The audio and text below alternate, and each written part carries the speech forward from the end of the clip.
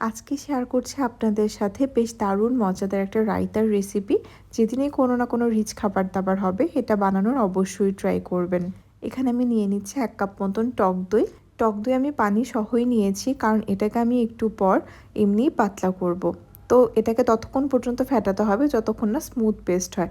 আর নিয়েছি কিছু ভেজিস, পেঁয়াজ, শসা, টমেটো, গাজর আর অল্প একটু ধনেপাতা। ২ চা চামচ জল দিয়ে আমি ব্যাটারটাকে পাতলা করে নিলাম।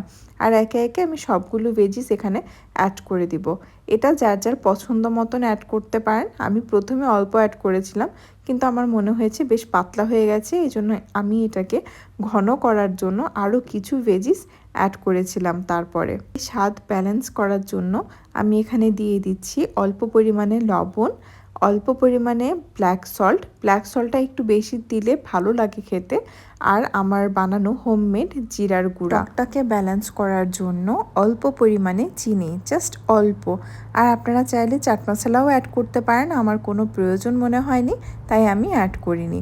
আর সাথে পুদিনা পাতা চাইলেও একটু অ্যাড করা যায়, ফ্লেভারটাতে দারুণ লাগবে। ব্যাস লাস্টে ধনেপাতা অ্যাড করে আমি এটাকে ফ্রিজে রেখেছিলাম আধ ঘন্টা ঠান্ডা হওয়ার জন্য। তো এদিকে আমার ভেজিটেবল মাটন সাথে রায়তা, বাস রিচ খাবার দাবার খেয়েছি বলে তারপর মনেই হবে না, সাথে সাথে হজম।